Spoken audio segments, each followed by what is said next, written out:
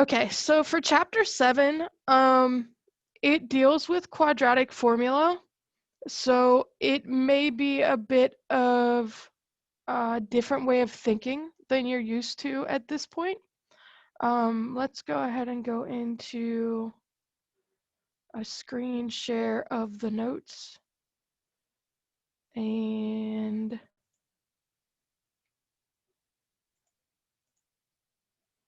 then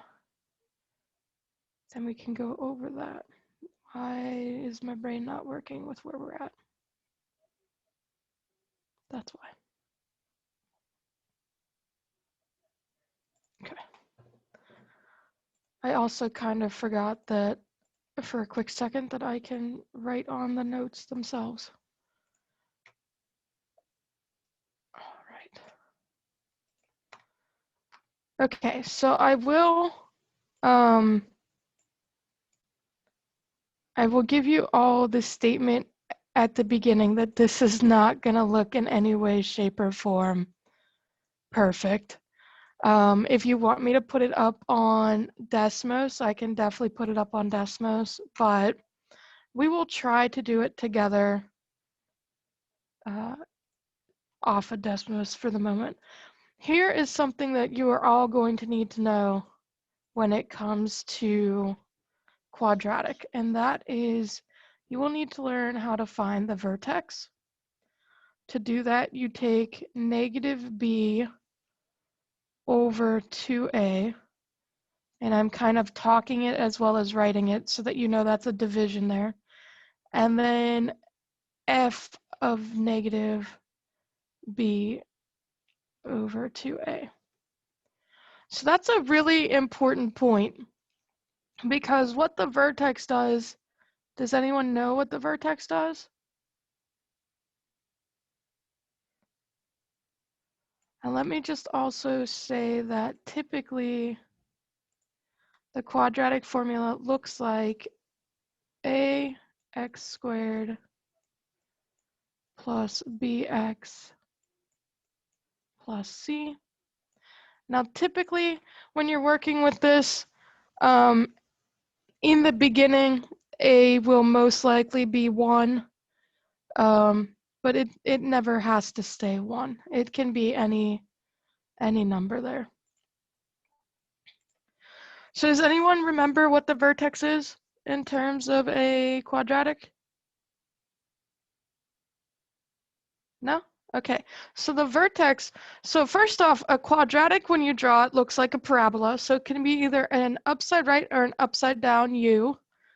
When I used to teach this to high school students, I would have them literally stand up and make their bodies into a quadratic, just because I'm kind of crazy. And kinesthetic learning is really good for you. The other thing I did was when I taught down in Virginia, the one day all my students were like totally out of it. You could just tell they were all sitting there like completely out of their minds. And so I literally got them all up and I took tennis balls outside with me. And just so you know, like when I taught in Virginia, the school was literally the size of a small university. Like it was a huge number of students. So I just took them out and we all spent time making functions with the tennis balls. So I would pick 2 people and then I would tell them what family function they had to do, and then they had to figure out a way to like emulate the function using the tennis ball. Like I said, I'm a little bit crazy, but it happens. So let's work through this example 1, finding your vertex. So someone tell me, what is your A? What is the A you are given for example 1?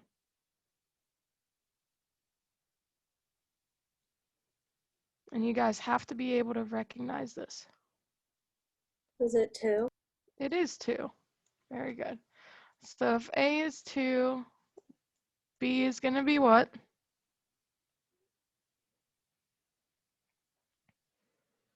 B goes with just the X. 10. Mm-hmm. Very good. And then C then is the only one left, which is 7. Okay, so for us to find a vertex, we have to do negative b over 2a. So b is 10, so negative 10 over 2 times 2. And we should always get this part first because then we have to plug it into the function. So let's leave that for a minute. So negative 10 over 4, this is multiplied.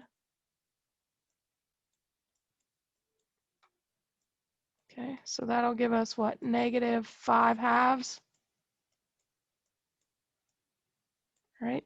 So then we have to find the function at negative 5 halves. Now, you can do this a couple of different ways. You can do it algebraically. However, nothing is stopping you from doing it on the calculator. So if you were to do it on the calculator, let's make sure that you do it correctly. So you have to take negative 5 halves and we would have to square it. So if we were doing that in our heads, what would that be? So negative times a negative is going to get us a positive. 5 squared would be what?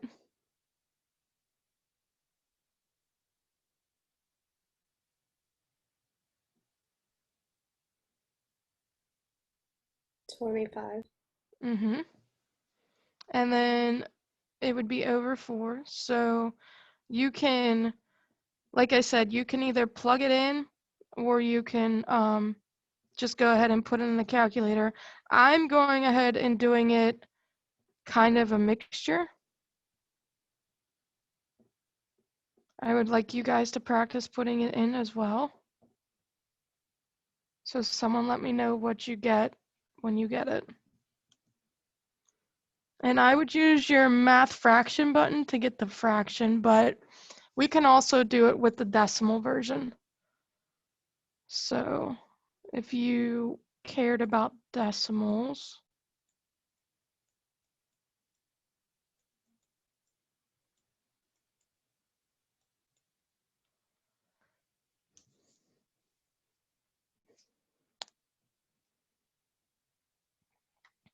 and don't forget that this part right here,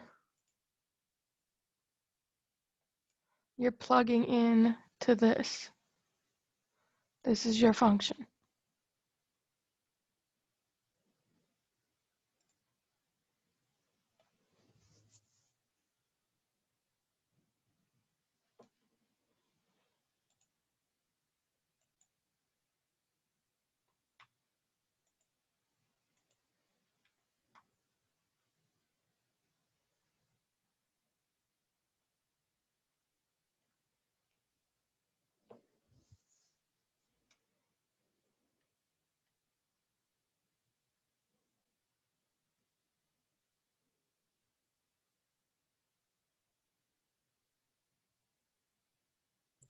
I'm sorry. I'm kind of confused a little bit.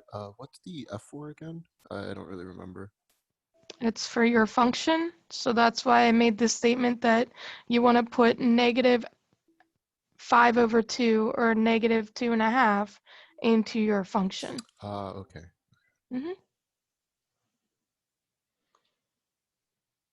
And then once somebody gets it out, just shout out what you get and I'll let you know if you were right or not.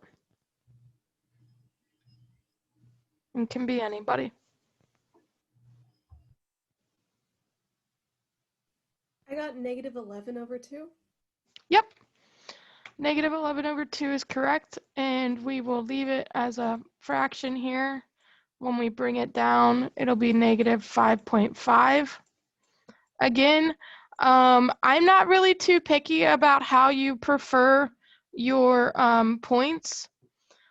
I feel like most professors would probably want you to stick with the fractions, but again, I don't really have a preference there. I also don't have a preference specifically because we're online in a way that if you wanted to use just your calculator tools, you may certainly do so.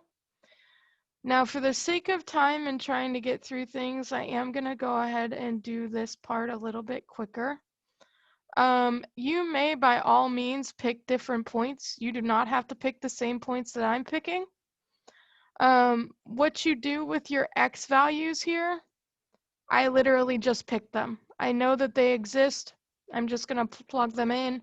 When you plug them in, you will find that you get out -1, -5, -5, and -1. You may certainly do that at your own time and kind of challenge me if you think that's incorrect. But so what you do at this point is you would come over into this coordinate plane and you would graph what it looks like. So I will let you know that the teacher notes that I have up, they definitely tell you this is not perfect because it's really bad looking, but I do the best I can. So you have your vertex. You should almost always plot that first. So we're gonna go -2.5. So 1, 2.5, and then down 5.5. So 1, so like there, and then down 1, 2, 3, 4, 5.5. Over 1, over 2.5, and we'll kind of put a spot there. Okay, and then we want to use the rest of our points. So we have -4, -1, -3, -5, -2, -5, and -1, 1. So -1, 1 is easiest. So -1, 1. And then -2, -5. And then -3, -5. So those are super close. And then -4. And then once you have that, you can go ahead and try and make your, wow, that was bad. Thank goodness there's an undo button. Woo, that's a little bit better. Except for the ending there. You should go straight up. Kind of not exactly straight up. That's just super bad. I apologize to all of you. If you would like me to show you in Desmos, we can go over to the Desmos, but just so you're aware, if you were to type it into Desmos, all you have to do is plug this function in, and it will actually show you your vertex. It'll show you all the points. You just have to kind of click on them. It's really nice. If you need help figuring out Desmos, just let me know. Otherwise, I think it's pretty easy to work. I can show you either at the end of class sometime or at the beginning if we end up starting early at some point. Any questions on how to sketch the graph of a quadratic using this approach? Okay. I did save it. I can add it to the canvas when we're done, as well as obviously you can replay the video. I'm also currently putting the other video from last week up on YouTube. We had a pretty busy weekend. Okay, so let's look at number 2. A fireworks shell is launched into the air. The shell's height in feet is h equals f of t. At time t seconds is modeled by the function f of t equals -16t squared plus 200t plus 1. When should the shell explode so it goes off at maximum height? What is that height? So I'm not going to lie to you, this is a physics problem. If you are planning to take physics or calculus, this problem will come back. You'll just have to do different things with it. Some of you at some point would probably end up having dreams or nightmares about this exact problem. I've been there, I've done that. If we were in a calc or a physics class, I would tell you that you would have to draw a diagram of this. You don't, because we're just going to work through it. You don't really need to have the drawing. Now, should you come across one of these on your exam and you would like to do the drawing, by all means, you may do the diagram and I will probably give you bonus points. Okay, so we have our A and our B. Now to find time, you can notice that your time is the X variable in this case, right? Okay, so if you recall what we did above, X was equal to something, and that something was negative B over 2A. Well, that's in the X spot, so that means to find T, we're going to take negative B over 2A. So we're going to do negative 200 over a negative 16. Oh no, the negative, nope, we're just going to put the 2 outside. My apologies. Got a lot of different formulas in my head right now. Okay, so if you check with your calculator or if you feel like doing the math in your head, if we take negative 200 divided by negative 32, we're going to get out 6.25 seconds. Okay, I would stick with decimals for this problem. I think it will end up helping you out. So your vertex, the X for your vertex then is 6.25. Now what do we have to do? What's our next step? Once we find our X or T value, what do you think we have to do with it? Don't we just plug that back into the function? We're going to. So we're going to do F of 6.25.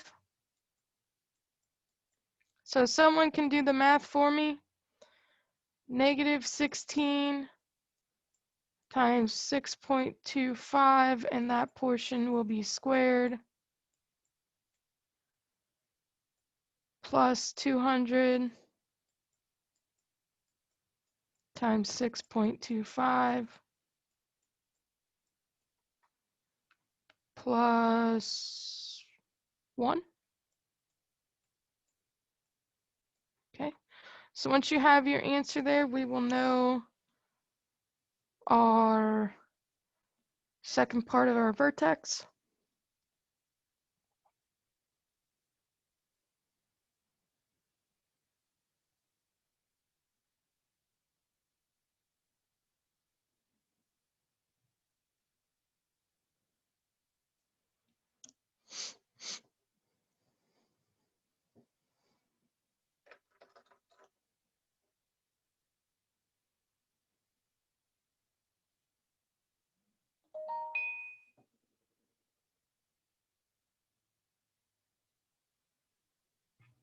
Is it 626? It is 626. Okay.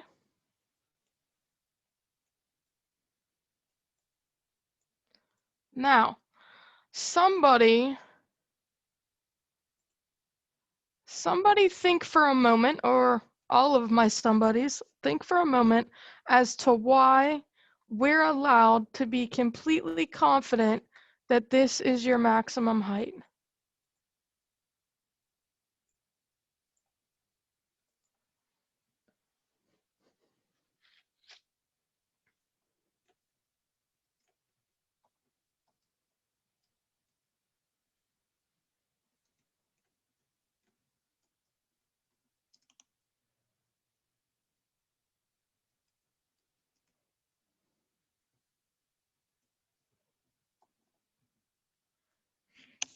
That should be your actual answer, by the way, the way we have it written there.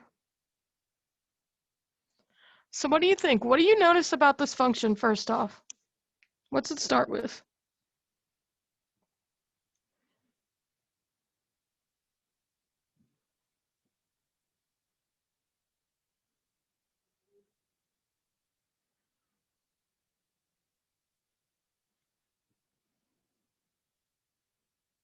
Is it starting with seconds?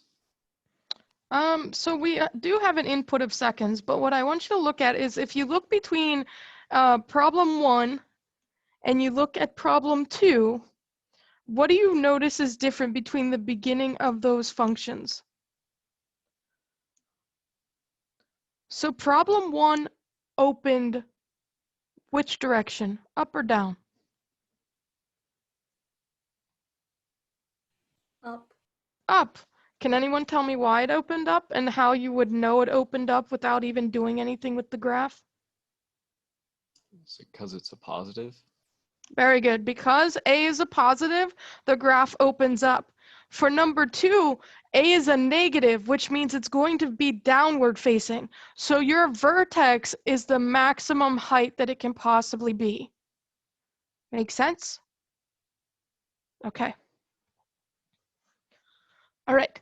Let's look at 3A and B and 4A and B. I'm not really sure why they're having us do all this together. I feel like it's a little bit interesting, but regardless, we'll do it. So if we have the square root of 20, is that the lowest form it can really be? What other way can you represent the square root of 20? What can we? 5. 2 root 5. Good job. Does anyone not see how that was gotten? If you really want to make me happy with even roots, you can put the plus or minus on the outside. Odd roots, you're going to keep the sign. Okay? I will not take off if you forget the plus or minus. I will take off if you have an odd root and you forget the sign you're supposed to have. All right, what about 3b? What perfect square is in 32?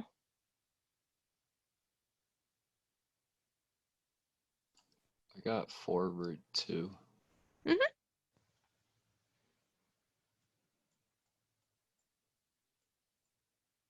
Very good.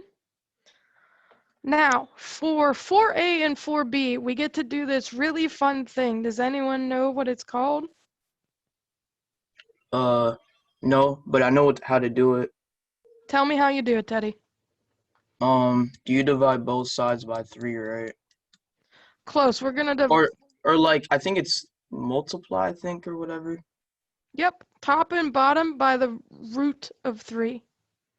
And what it's called is rationalizing the denominator. So let me write that out so you guys can have that term. Rationalizing the denominator. So what that basically means is that way back in the day when old white guys had nothing better to do, they thought around and was like, hey, you know what? I don't like having radicals on the bottom. And some other old dead white guy was like, you know what? I also don't like having radicals on the bottom. Let's make it so from now on, everyone has to get rid of radicals on the bottom. Now, in the great big scheme of things, is that really necessary? No, it's still an equivalent answer. You could still give me 2 over the radical of 3, and me being a human being that understands what other people are trying to say, I'm going to give you all those points. However, I'll write you a nice little note that says, what about rationalizing the denominator? Question mark, smiley face. It's just a good habit to get into. I can tell you Pearson will tell you the same thing. It'll say, your answer is equivalent, but it's in the wrong form. And then you sit there and go, I'm really confused. I thought I did it right. Okay. So to rationalize the denominator, like Teddy said, you just multiply top and bottom by the bottom radical. So when you do that, we would get radical 3 times radical 3, which would really give us radical of 9. So square root of 9. And then we leave the 2 outside and do radical 3 next to it. Now, we all know that the square root of 9 is 3. And this is why rationalizing a denominator, really not that hard. Okay? Alrighty, so for us to do it the next time for 4B, you can choose to go ahead and you could try to rationalize by 18. But I'm telling you, if you did that, you'd have to turn around and eventually reduce anyway. So it's much better to just start with the reduction now. So we leave radical 5 alone. We can't really pull anything out of there. But can we pull anything out of the radical 18? Is there a perfect square within 18?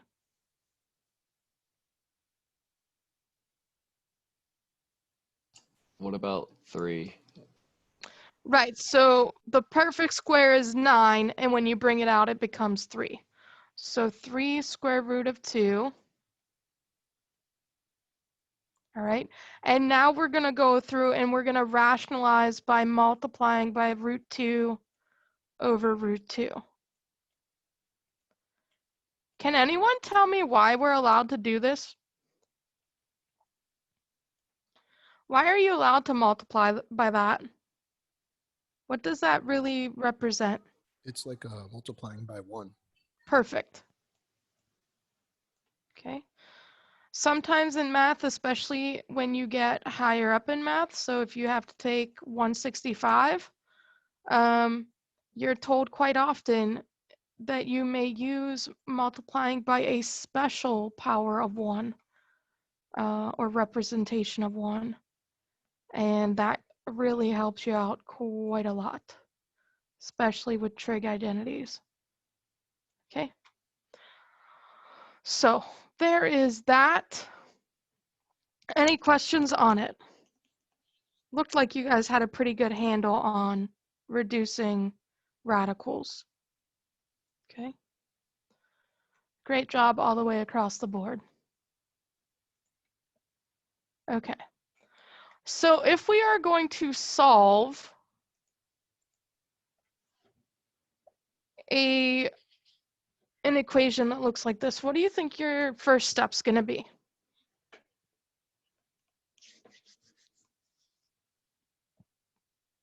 What do we typically aim for when we're trying to solve? Couldn't you move that -5 to the +6 since they're both the same like variables? Yep. That's the perfect first step.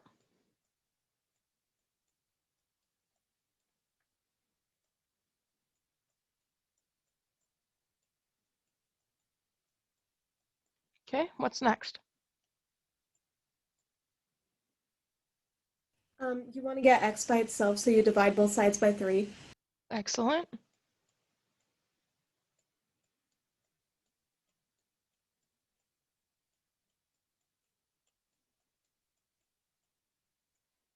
Okay, but now what do I do?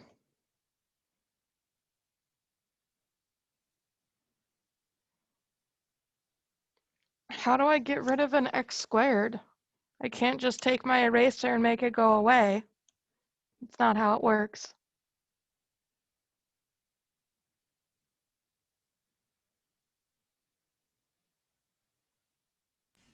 You take the square root of both sides. Excellent.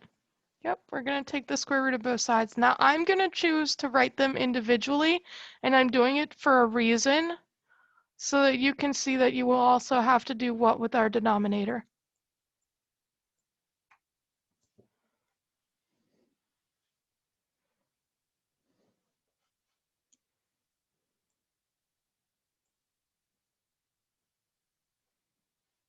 What do we have to do with our denominator before we can finish this problem out? Rationalize it.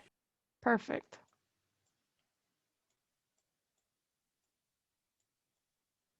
Okay, so we get a 3 on the bottom and the square root of 33 on top. Now, because this is not a problem an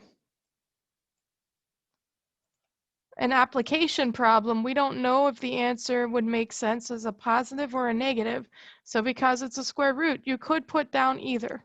So you could do plus or minus root 33 over 3. That's totally allowed. If we had an application where it wouldn't make sense for the option to be negative, then we just would leave the negative off of it. Any questions on solving a problem like that? Okay.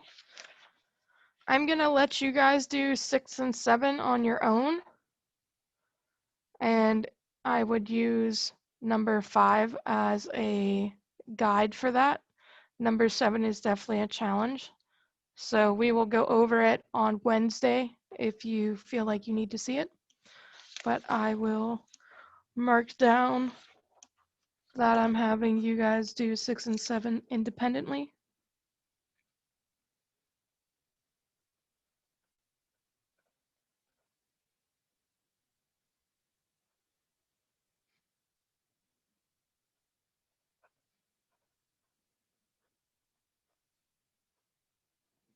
Okay. So let's look at this scatter plot. Or is that where we're at? No. Finding x-intercepts of parabolas. What do you think we would have to do in order to find the x-intercept? How would you do it with a regular problem? With a linear-based problem? What did you do?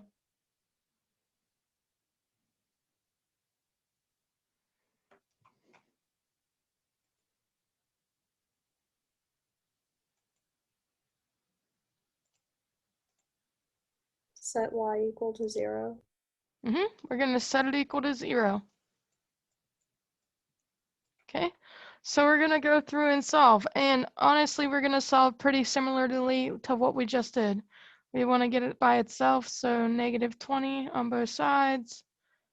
Next thing you would do is divide by negative 2. So we'll divide by negative 2. So we get x minus 7 squared equals to negative 10. And then we have to do what? Oh, I made a mistake. Can anyone catch it?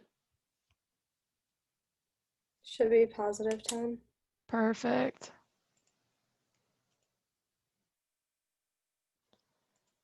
Okay, so remember when we were on this kind of step last time, we took the square root of both sides. So we're going to do that again. How did I know that I made a mistake other than knowing that negative 20 divided by negative 2 should be a positive? Anyone remember what happens when you have a negative under the square root?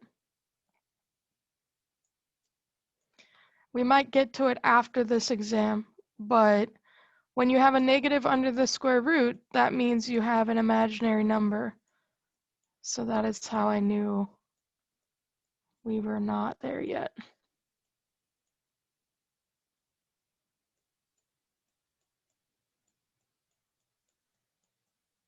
Why do I want to write this twice?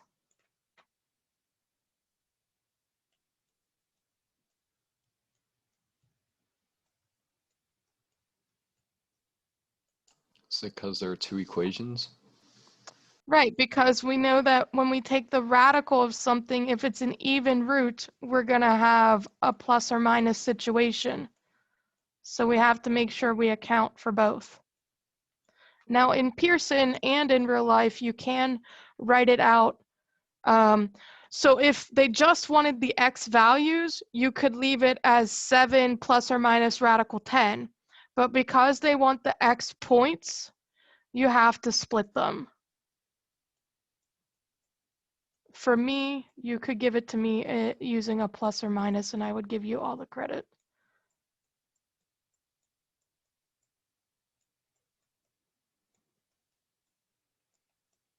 But I am not a program, at least as far as I know.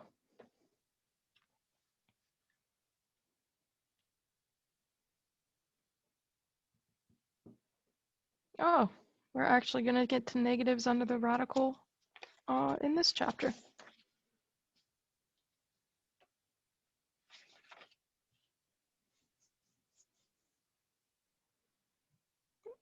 Okay, are we good with this problem? All right.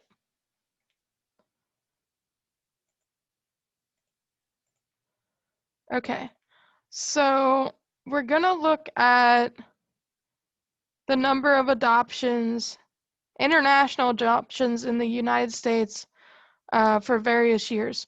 This is probably ridiculously old data, but it's fine nonetheless. So if we were to review how to do a scatter plot in your calculator, where do you go? Don't you go to the stat and then the edit? Mm-hmm. Yep, you sure do. So we're gonna go into our calculator. You're going to go to stat. You're gonna hit edit. We should have an L1 and L2. Your L1 is gonna be your years, and it's years since 2000. So what do you have to do with your years before you can put them in?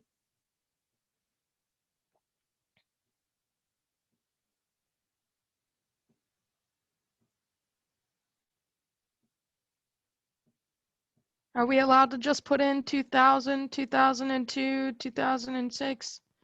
What do we have to do before we can plug them in?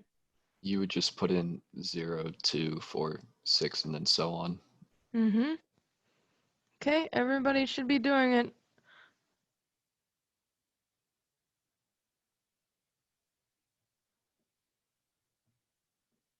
Oh.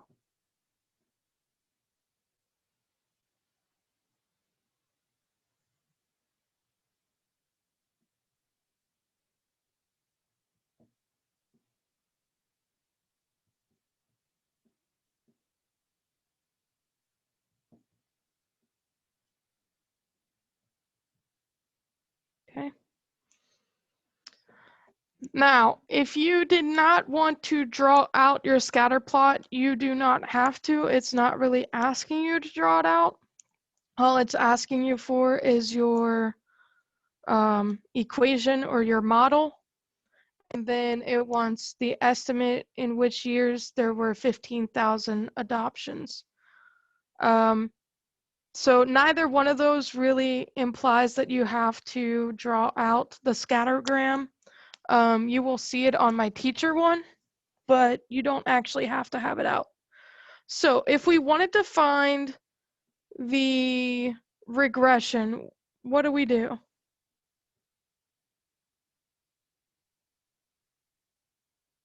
You would go to your stat menu and then hit over to the right one to calc, and then the number 4 says the link reg. Right, so that's for linear regression. All those steps are absolutely correct for linear regression. However, since we're dealing with the quadratic formula in the quadratic family, do you think we're going to go for linear? Or do you think we might go down one more for that quad reg? We're going to go to the quad. Yes. So go ahead and select that as if you were doing it for linear. And then what you're going to get out is the quadratic. Okay. So, that's interesting.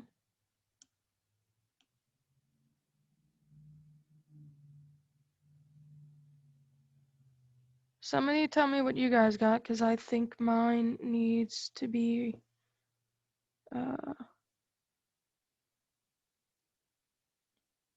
refreshed or something.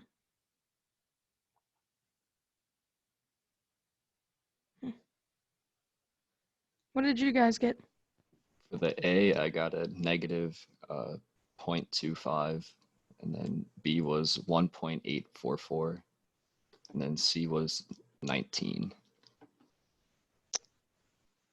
Yeah, I think that's what I got too, but it's very different from what I got on the... Unless I used the linear regression and just didn't really pay attention. So that part we might have to I might have to rewrite that on my teacher note, but we will go with what we found here today. So we will have f of x. Well, I guess technically, if we want to be technical, it will be f of t. Okay. Equals negative 0.25 t squared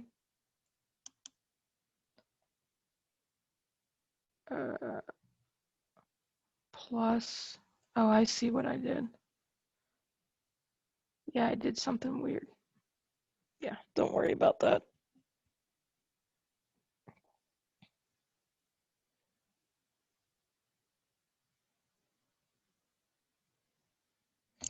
All right, so just for the sake of clarification on the teacher notes, what I chose to do is I found basically what the vertex would have been, and then I worked backwards algebraically. We're gonna go with the graphical option. So these notes are graph-based.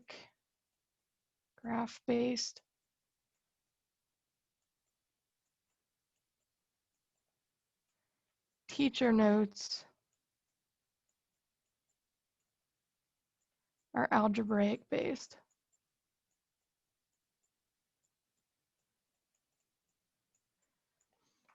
I would suggest you go with the graph one because the algebraic one has a little bit more room for error because obviously your scattergram is not perfect. So then you don't know if your vertex is perfect. Does that make sense? Okay, so go with this approach. You can still look at the other one if you would like to have an idea of what that looks like, but definitely I would go with this one. Okay, so that will actually change what we're doing in part 2 a little bit. So to find part 2 or part B, what do we have to do? If it wants to know in which years were there 15,000 international adoptions, and we just found the function that gives us how many adoptions, then what are we going to do? Where are we putting the 15? Are we putting the 15 in for the t or in for the f of t? Go ahead, Mara. F of t. Yes. So we want to do 15 on the left and equals to everything else on the right. And we're going to actually solve backwards for t, which I guess this one should be a t.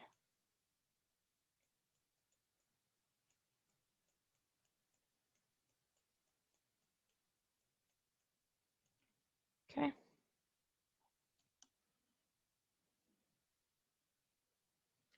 Now you will get a super gross answer. You may, of course, choose any method you want to solve that. I'm not going to give you my answer right now for the sake of the recording. We will just kind of leave it at that for the moment, and I will touch back with you on Monday, or not Monday, Wednesday. So I will rework number 9 using the graph option.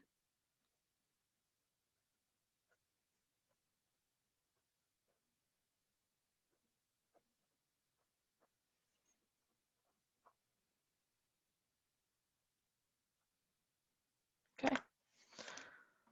All right, so for the sake of time and our recording, we will leave that there for now, and we will come back to it. Someone remind me on Wednesday that that is where we are going to come back to. In the meantime, 10A. Remember I just said earlier that if we have a negative under the radical, what does that mean? You like don't have an answer, it's like undefined. Kind of. So remember the radical of a -1 is equal to I. So it's an imaginary number. So if you took just the square root of 49, what would you have? 7. Okay. So to take the square root of negative 49, it's going to be 7I.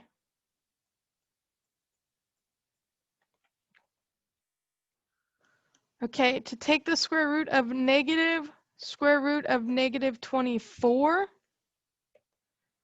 the negative stays out front. That's from the original out front negative. What perfect square is within 24?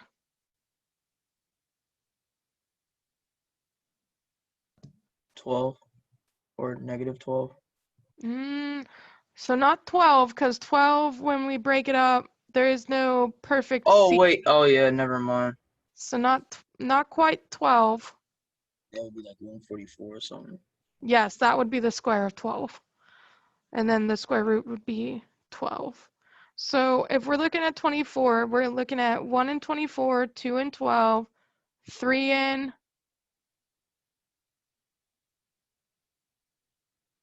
3 and what? 8. 8. Oh, yeah, 3 and 8. Yep. My brain, I was going with 12s. I was like 3 and 8 don't make a 12. You're correct. 3 and 8 is for 24, and then 4 and what? 6. Okay, so we're gonna bring the 2 out from the 4, and we're gonna leave the 6. But what do we know about that inside 24? What kind of 24 is that? It's negative, so you can pull out. Pull out the I. Very good. So negative 2I radical 6. That's how we answer that one.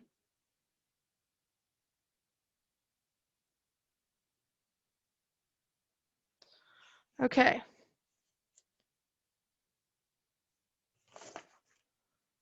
All right. It is 12.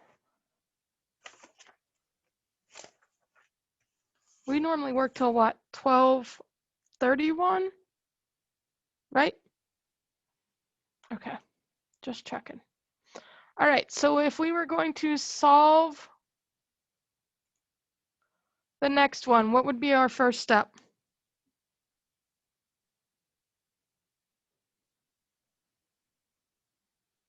Take the square root of both sides. Very good. So we're going to take the square root of both sides. We notice right away that 28 is negative, so we're going to pull some things out. What can we pull out?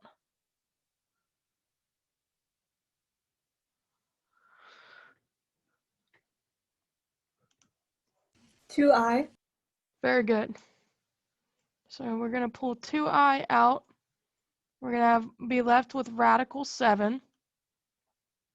So the only thing left to do is bring over our 3, which our 3 was positive, so it'll become negative. We had a square root, so it is a plus or minus 2I square root of 7. Now, if you do not want the plus or minus, you could try to go with just the negative. I would caution you that on Pearson may want just the negative, or it might tell you you're wrong if you put just the negative in. So I would always suggest trying with the plus or minus first, and then if Pearson doesn't like that, then try to go back to what your sign should regularly be. In terms of me, I would like to see this as your answer.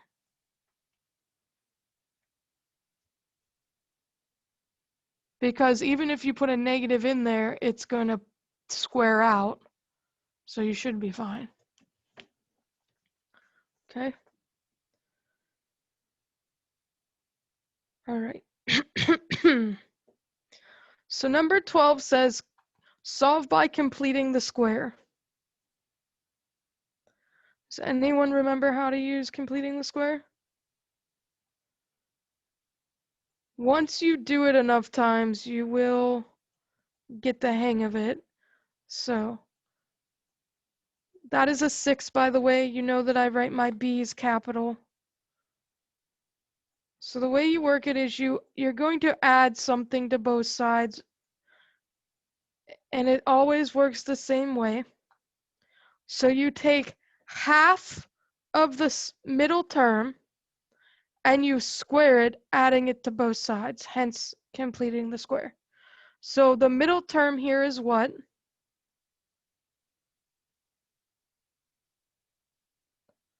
What would the middle term here be? 6x. Just the 6, because you're looking to finish the constant. So you're going to take half of 6. So 6 divided by 2 gives us 3. Then we're going to square it. So what does 3 squared give us?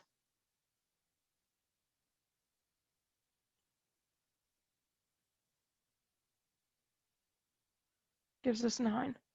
So we're going to add 9 to both sides. All right. When we do this, it's so that we can have a perfect square. When we break this down, we notice that x squared and 9 are perfect squares. So you would have x plus 3 and x plus 3, or we can just write it as x plus 3 quantity squared. All right, now we have to solve it. So we got to take the square root of both sides. So x plus 3 equals plus or minus square root of 5. So then x equals negative 3 plus or minus square root of 5.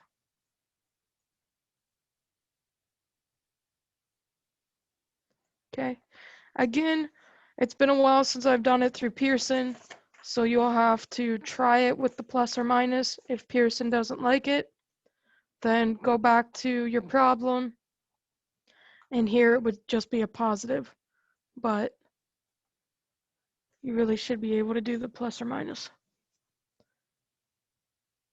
All right, so I want you guys to definitely have some practice with that. So 13 and 14, you're gonna do independently. And we will go over it on Wednesday if you need me to go over it.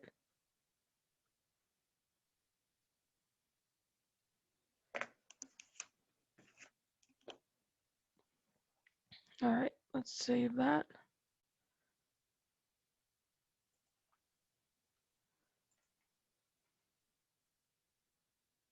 Okay.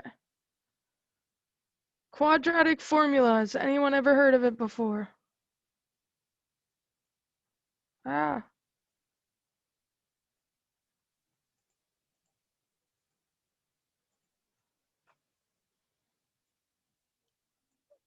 I might try to type it out for you. Okay. So the quadratic formula is when you have x equal to negative b, and it's a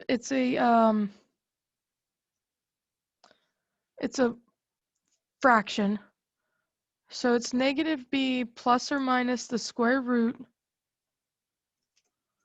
of b squared minus 4ac, and then that's all over 2a. So the first thing I do is I figure out my a, b, and c's. So what you have to do though is you have to get everything on the left side with the x squared, okay? Otherwise you'd get your signs messed up. So we're gonna have a equal to 2, b would equal negative 10, and c would equal 3. Why did I change my signs? Because you took your 10x minus 3 and you moved it to the left. Very good. Okay. So now we're going to plug into the formula. So negative 10 plus or minus the square root of negative 10 squared minus 4 times 2 times 3 all over 2 times a, which is 2. All right. If you go through and clean that up, you will find that x equals 10 plus or minus the square root of 76 over 4, which then works out to 10 plus or minus 2 square root of 19 all over 4. What do you notice about your outside numbers? 10, 2, and 4 can all be reduced by what? 2. 5 plus or minus radical 19 all over 2 is your final answer there. Now, if you did not have all the numbers outside easily reduced by 2, you cannot do that, okay? If you had 10 and 4 and that last number was an odd number, that's how you would have to leave it, right? You can only reduce if they all share a common factor. Okay. 16 is the same way. You would just have to distribute first and combine, and then find your A, B, and C and throw it into the quadratic. You can use the calculator with your quadratics. There are quadratic formula calculators out there. I don't really care one way or the other as long as you know how to do the formula. If you can prove to me that you can do the formula based on your written work and you want to write down, for the sake of this problem, I chose to use a calculator, great. Because here's the bottom line. If you don't know what A, B, and C are, if you don't know how to work the formula, even if you use an online calculator, you're going to get the wrong problem. You're going to get the wrong answer. So definitely if you would like to work with a calculator, that's more than fine with me, as long as you understand what you're doing. So, 16 you guys can work on by yourself. 17, both of those are dealing with the same thing that we just did, the quadratic formula.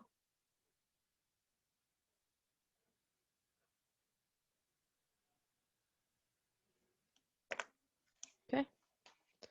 Does anyone remember what the term determinant means?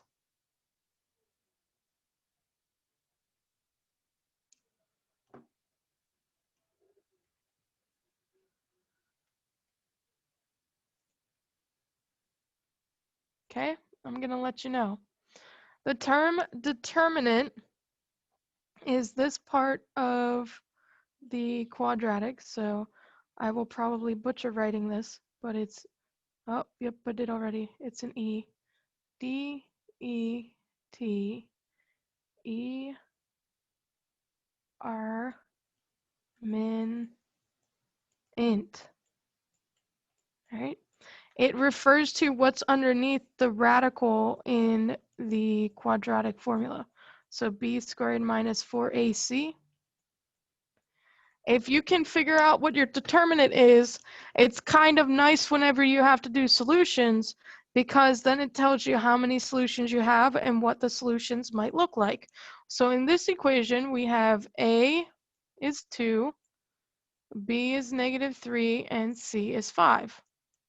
So b squared minus 4 times 2 times 5. Well, even if we just kind of looked at this and didn't even get what the answer was, 9 minus 4 times 10, so 9 minus 40 would be a negative 31. That's obviously less than 0, right? So because that's less than 0, that tells you that you will have 2 imaginary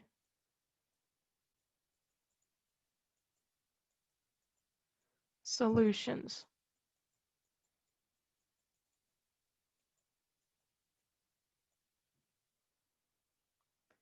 And typically when Pearson asks you for the determinant, that's what they want to know. They want to know how many solutions you're going to end up having.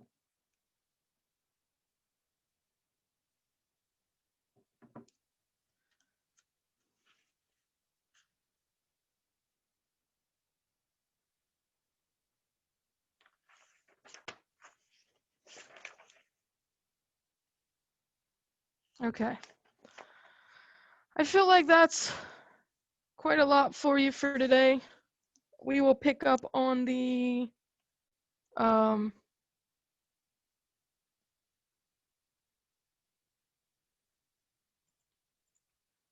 we will pick up on the